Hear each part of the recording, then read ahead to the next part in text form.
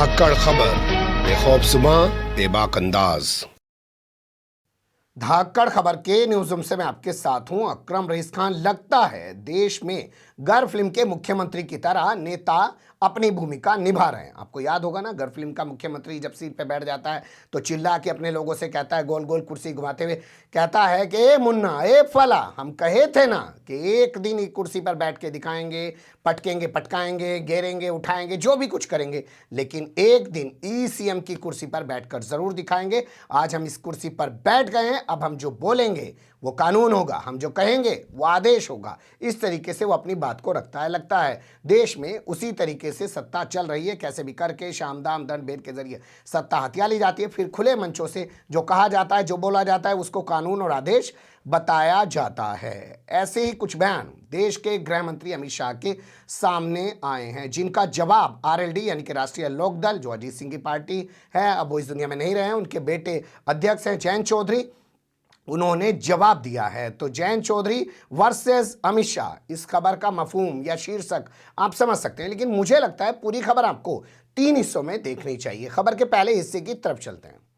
देखिए, खबर के पहले हिस्से में बात कर लेते हैं अमित शाह को लेकर। अक्सर अमित शाह माइक से बोलते हुए कुछ बौखला जाते हैं या उनकी कुछ जबान फिसल जाती है, जिसके चलते वो एक जो है चर्चा का विषय बन जाते हैं। जैसे लखनऊ में उन्होंने कहा हिंदी में बोलते हुए कि हमारे पास 86 लाख कार्यकर्ता हैं, लेकिन जब उसी 86 लाख को वो इंग्लिश में बोलने लगे तो उन्होंने बताया कि 46 लाख। सुन लीजिए उनकी जबानी। भारतीय जनता पार्टी के 86 लाख कार्यकर्ता अलग अलग स्थान पर एक्टिवली काम कर रहे। 86 लाख कार्यकर्ता, 46 लाख। भारतीय जनता पार्टी के 86 लाख कार्यकर्ता अलग अलग स्थान पर एक्टिवली काम कर रहे। 86 लाख कार्यकर्ता, 46 लाख। ये सब इसी भाषण का एक और वीडियो मैं आपके सामने रखना चाहता हूं। ये बात इन्होंने 17 मिनट के आसपास बोली है, जो इनका फेसबुक पे वीडियो पड़ा हुआ है, लेकिन इससे पीछे आप जाएंगे तो 15 मिनट के आसपास इन्होंने 1 करोड़ 86 लाख कार्यकर्ता होने की बात कही है। कल कार्यक्रम देखकर बहुत सारे पत्रकार भाइयों के फोन आए कि भाई 1 करोड़ 86 लाख आपके सदस्य है, नई सदस्यता काय को, और सिर्फ यूपी में क्यों? मैंने कहा भाई, बाकी सारी पार्टियों के लिए चुनाव, बाकी सारी पार्टियों के लिए चुनाव सत्ता हथियाने का जरिया है। भारतीय जनता पार्टी के कार्यकर्ता के लिए चुनाव पार्टी की विचारधारा को घर घर पहुंचाने का चुनाव है।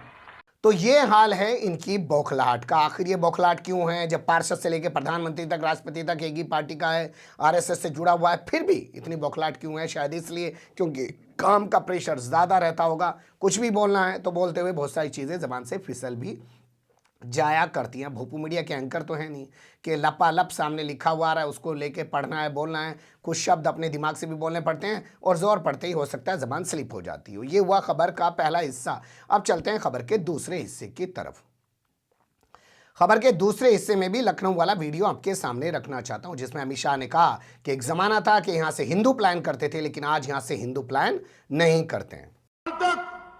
ये सपा बसपा बसपा सपा का खेल चलता रहा और उसने उत्तर प्रदेश को बर्बाद करके रखा। उत्तर प्रदेश और की कानून और व्यवस्था की स्थिति कैसी थी, मेरा तो खून खौल जाता था। पश्चिमी उत्तर प्रदेश से, कैराना से पलायन शुरू हुआ था। यहां लखनऊ के हुक्मरानों का नींद नहीं उड़ता था। आज मैं कहने आया हूं, उत्तर प्रदेश के अंदर किसी की हिम्मत नहीं है पलायन करने की। पलायन कराने वालों का पलायन हो चुका है। सुन लिया आपने। आपको याद होगा पलायन का मुद्दा सबसे पहले कैराना को लेकर बनाया गया था, जब यहां से सांसद बाबू हुकुम सिंह, उन्हें लगा कि 6-7 बार का विधायक रह चुका हूं, 2014 में सांसद भी बन गया हूं, मुझे मंत्री तो बनाया गया नहीं है, उलूल जुलूल बयान देने वालों को मंत्री बनाया जा रहा है। तो उन्होंने भी एक शिगुफा यहां से निकाल दिया, जिसका बाद में एनडीटीवी और बीबीसी जैसे चैनलों ने पर्दाफाश किया था कि यहाँ से किसी ने कोई प्लान नहीं किया है, जो भी यहाँ से गया वो कारोबार के सिलसिले में गया है। लेकिन बावजूद इसके आज भी अपने उसी प्रोपेगेंडे को, एजेंडे को आगे बढ़ाते हैं। यानी कि वो कहना चाह रहे हैं कि जो पहले की सरकारें थी उनके दौर में हिंदू प्लान करता था, आज हिंदू प्लान नहीं करता है। मैं आपके सामने कुछ खबरें रखना चाहता हूँ। जैसे मुरादाबाद की एक खबर हमने आपके सामने कुछ दिन पहले रखी थी कि वहाँ पे 2-3 मुस्लिमों ने घर खरीद लिया, तो वहाँ पे जो हिंदू थे उस मोहल्ले के अंदर वो कहने लगे हम यहाँ से प्लान कर रहे हैं, उन्होंने अपने घरों पे पोस्टर लगा दिया।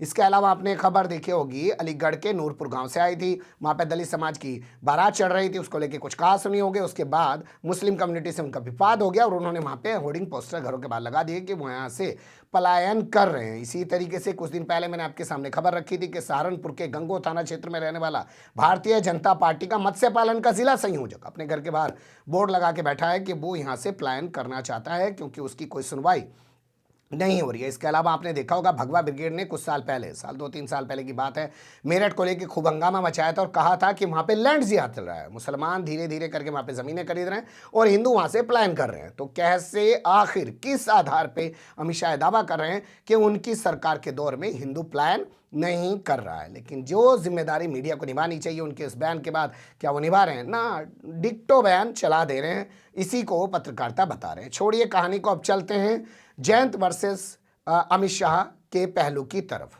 खबर के इस हिस्से में जयंत शाह वर्सेस अमित शाह हम आपके सामने जो है वीडियो के जरिए रखने जा रहे हैं, जिसमें एक एक बयान मैं पहले आपके सामने रखूंगा अमित शाह का, फिर उसके बाद बयान रखूंगा जयंत चौधरी का।